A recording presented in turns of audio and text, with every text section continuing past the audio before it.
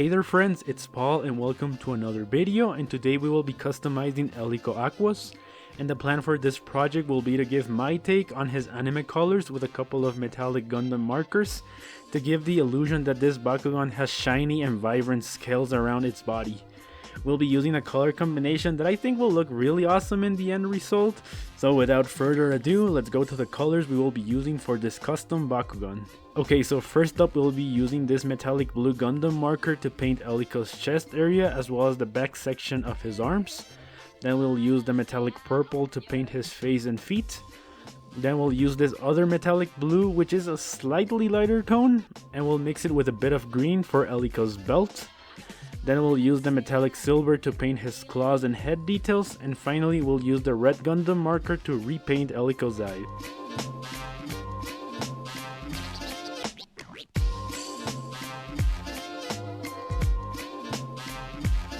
Okay, so we begin this custom by painting Elico's chest area, followed by the back of his arms with the metallic blue Gundam markers. Since we're dealing with a relatively big area on this Bakugan, I opted to use two medium-sized brushes since they would help to get the job done quicker. I mainly used this one that had its hairs all over the place, cause this one always helps to create a smooth finish with the paint, despite the risk of some paint going to where it wasn't meant to go. Nothing happened, so yay for that. And then I used this other brush that had its hairs more clustered together to paint the parts of the chest that were a bit thinner.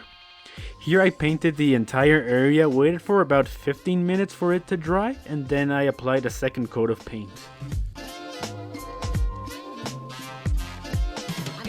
Next we painted Elico's forearms with the same metallic blue, and here I swapped to the super mini brush since this area was quite small. And I really like the way this metallic blue looks. Even though it might not be as clear in the footage, this color really stands out a lot when you compare it to the blue of the plastic, and I think they complement each other quite well.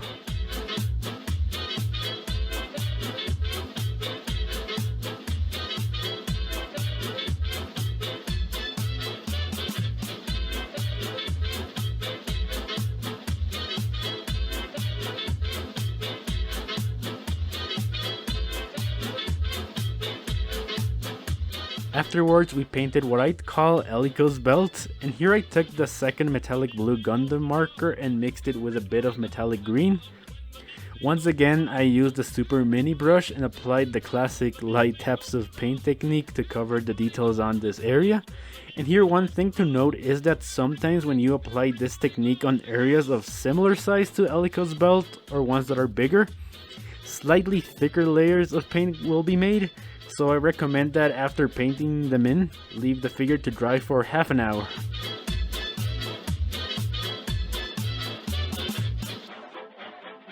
Next up we painted Elico's feet with the metallic purple, and here I'd recommend to either use a medium-sized or super mini brush to complete this section. I decided to go with the super mini brush because I always like using it, and also because I wanted to prevent making any mistake if I went with the medium brush with the hairs all over.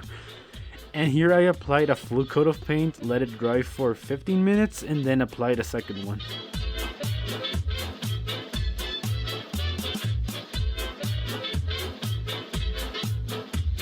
After we painted Elico's face with the same metallic purple, here using a super mini brush is the best way to go to be more precise with the paint.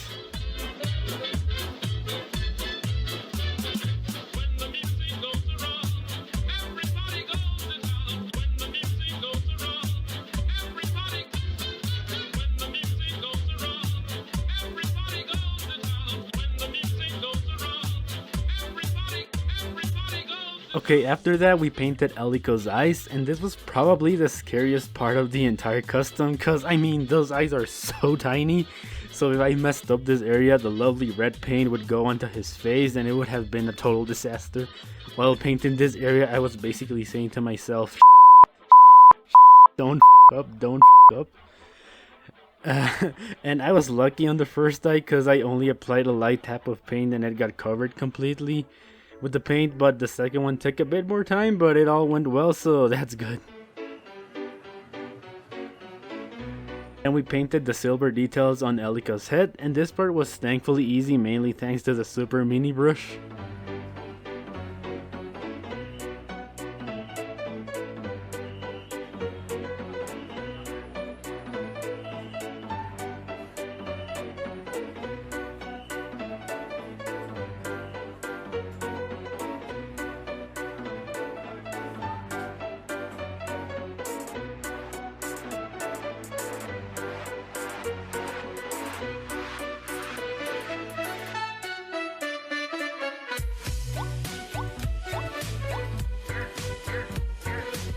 Next we painted Elico's hands using the metallic silver Gundam marker, and here apologies if sometimes the footage is really blurry, but in order to cover the entirety of these little hands I had to put Elico on some weird positions, so sorry about that.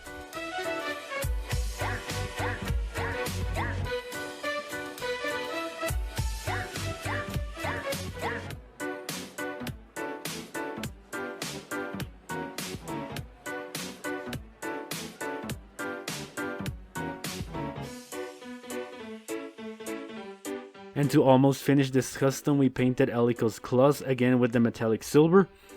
What you'll see in the footage is me basically painting the top part of these claws with the mini brush, and off camera I went to paint the sides of them as well.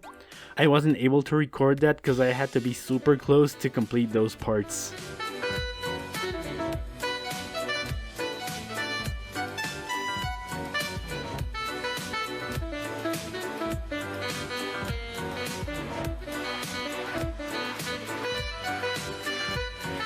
After painting his claws, we painted the secondary details on this area, once again using the color I created by mixing in the metallic blue and green Gundam markers. And I don't know why, but this part was super satisfying to complete.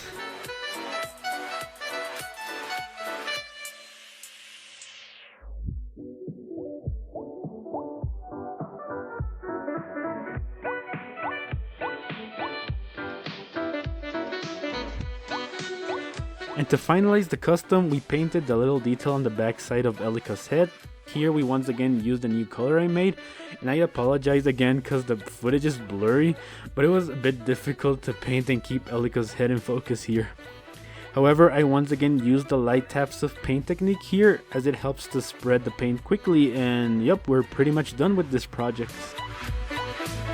And this Elico custom is finally complete. And as I said at the start of this video, I think this color combination looks really good. I don't know, but when I think of Aqua's Bakugan, I always imagine creatures with some vibrant colors that represent the ocean, and I think this Elico does that in an epic way. In my opinion, the original colors on Elico were kind of bland, but now he looks super lively and possesses a color scheme that makes Elico unique. And that's what I loved about new Vestroya Bakugan. They all had colors that weren't the ones we were used to, and that was really awesome. So yeah, my friends, this has been the video customizing Elico. Hope you enjoyed the video, and if you did, don't forget to drop a like and subscribe to the channel. Thanks for the support, and yep, it's been Paul, and I'll see you in the next video.